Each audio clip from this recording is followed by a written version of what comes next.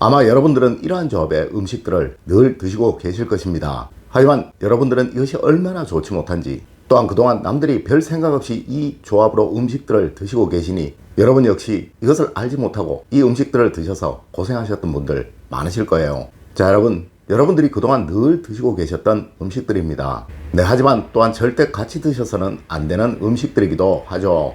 여러분, 절대 이 음식들 같이 드시지 마십시오. 물론 작게는 배탈 정도일 수도 있겠지만 크게는 큰 병으로 여러분들을 고생하시도록 만들 수도 있는 음식들입니다. 자, 우리 한번 알아보도록 할까요? 여러분 안녕하세요, 이정재입니다. 아마 여러분들은 이러한 음식 조합들을 상극의 음식이다 라고 말씀들을 하셨을 거예요. 네, 하지만 여러분, 이 말은 아주 잘못된 말입니다. 여러분, 이 상극이라는 용어를 유일하게 사용하는 학문이 우리 음양오행학입니다. 물론 대부분의 분들이 이 상극이라는 용어를 참 나쁘게만 생각들을 하고 계시죠. 물론 요리 전문가들도 이런 말을 합니다. 상극의 음식이다 라고 말이에요. 또한 많은 분야의 전문가들이 이런 말을 하곤 합니다. 상극이다 라고 말이죠. 하지만 여러분, 이 상극이라는 용어가 나쁜 의미보다 훨씬 좋은 의미를 많이 가지고 있는 용어라는 것 여러분들 모르셨죠?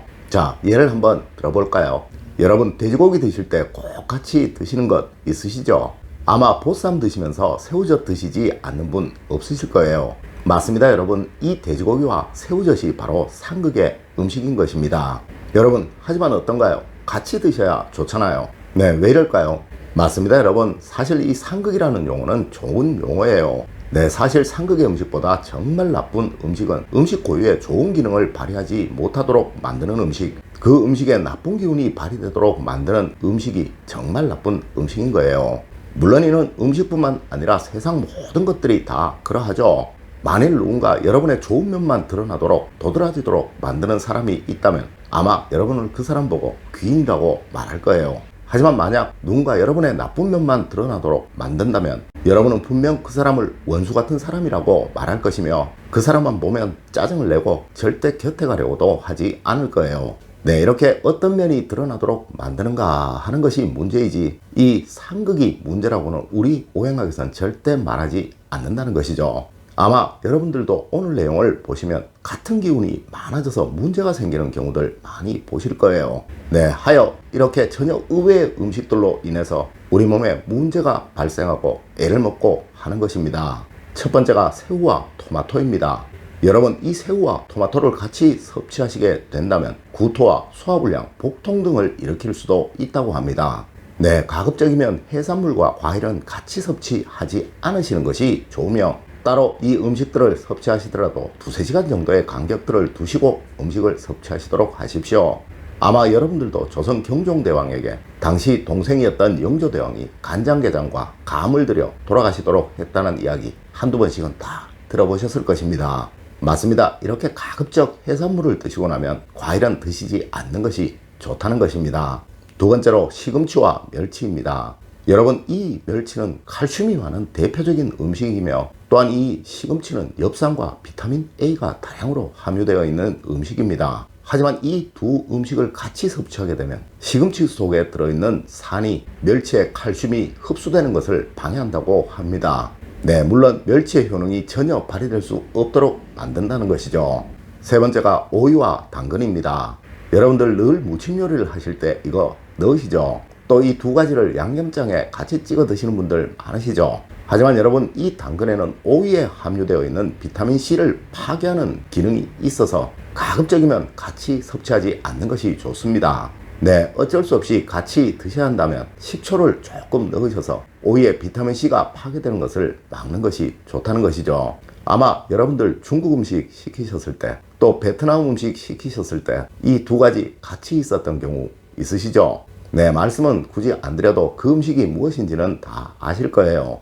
맞습니다. 가급적 그 두 가지 음식 드실 때 두 개 중에 한 가지만 드시도록 하세요. 네 번째가 초콜릿과 우유입니다.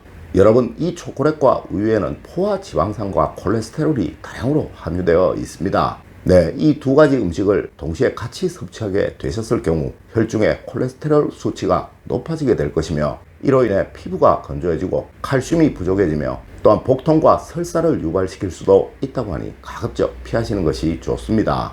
특히 아이들이 이 조합으로 많이들 먹죠. 하니 아이들 키우는 부모님이라면 꼭 신경을 쓰시는 것이 좋다는 것이죠. 다섯 번째가 치킨과 맥주입니다.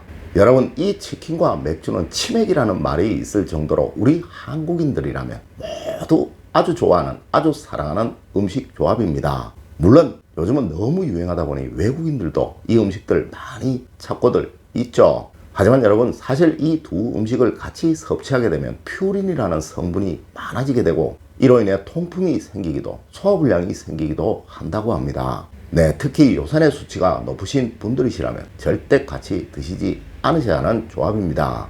여섯 번째가 토마토와 설탕입니다. 여러분들 여름에 토마토를 설탕에 절여서 같이 드시곤 하시죠. 하지만 여러분, 이 토마토에 설탕을 넣어서 같이 드시게 되면 토마토에 함유되어 있는 비타민 B가 파괴된다고 합니다.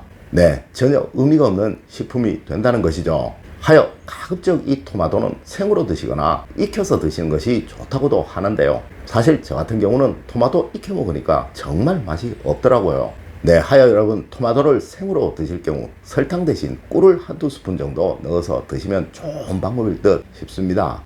일곱 번째가 바나나와 감자입니다. 여러분, 이 바나나는 비타민C와 칼륨을 함유하고 있고 또한 감자는 식이섬유가 풍부하게 있으며 또한 이 비타민C 역시 풍부하게 함유하고 있는 식품입니다. 네, 하지만 이 두 가지를 같이 섭취하게 되면 비타민C가 과다하게 많아지게 되니 얼굴에 주근깨가 많아지게 된다고도 합니다. 여덟 번째가 맥주와 땅콩입니다. 우리 일반적으로 맥주를 마실 때 마른 안주로 땅콩을 먹는 경우가 참 많죠. 하지만 여러분, 이 맥주도 찬 성분을 가지고 있으며 땅콩 역시 아주 찬 성분을 가지고 있는 식품입니다. 네, 하여 장이 약하신 분들이시라면 이 둘 중에 한 가지를 먹는 것도 부담스러우실 거예요. 물론 일반 보통 분들도 이 두 가지 음식을 같이 드시게 되면 장 기능을 떨어뜨려서 설사를 유발시킬 수도 있다고 합니다. 아홉 번째가 미역과 파입니다. 여러분, 이것은 미역국 끓이실 때 반드시 넣으시는 조합이죠. 물론 이 미역은 칼슘과 식이섬유가 풍부하며 저열량의 식품이라서 다이어트 하시는 분들이 많이 찾으시며 또한 임산부들에게는 아주 좋은 식품이기도 합니다. 네, 이 파에는 칼슘과 비타민이 많이 들어있으며 이 파는 요리의 맛을 위해 쓰이는 음식 재료이기도 합니다. 하지만 이 미역과 파를 같이 섭취하시게 된다면 칼슘 과다로 인해서 칼슘의 흡수가 오히려 방해가 된다고 합니다. 또한 미끌미끌한 미역과 파를 같이 넣게 되면 음식 맛을 느끼도록 만드는 혀의 세포들을 덮어버리면서 음식 재료의 고유의 맛을 느끼지 못하도록 만든다고 합니다. 물론 이 조합 건강적인 큰 해는 없으나 미역의 좋은 효능이 사라지도록 만드는 것이니 가급적 미역국 끓이실 때 파는 넣지 마십시오. 열 번째가 삼겹살과 소주입니다. 아마 술을 드시는 분들이시라면 이 조합 모두 최상의 조합이라고 생각들을 하시죠. 네, 한국인이라면 아주 좋아하는 조합이며 또한 항상 드시는 음식들입니다. 하지만 여러분, 이 소주가 체온을 높이면서 지방 합성을 촉진하기 때문에 이 조합은 절대 균형이 맞지 않는 조합입니다. 네, 소주처럼 도수가 높은 술을 드실 때는 이런 육류보다는 과일이나 채소가 훨씬 좋다고도 합니다. 여러분, 오늘은 우리가 늘상 같이 먹고 있지만 가능하면 같이 먹지 말아야 할 음식에 관해 이야기를 나눠보았습니다. 늘 건강하신 여러분들이 행복하실 것이며 번영하실 것이라는 점 꼭 명심하시길 부탁드리며 오늘의 이야기를 마칠까 합니다. 늘 올바른 학문과 올바른 지식을 여러분들께 전하도록 노력하겠습니다. 여러분, 긴 시간 감사드립니다. 감사합니다.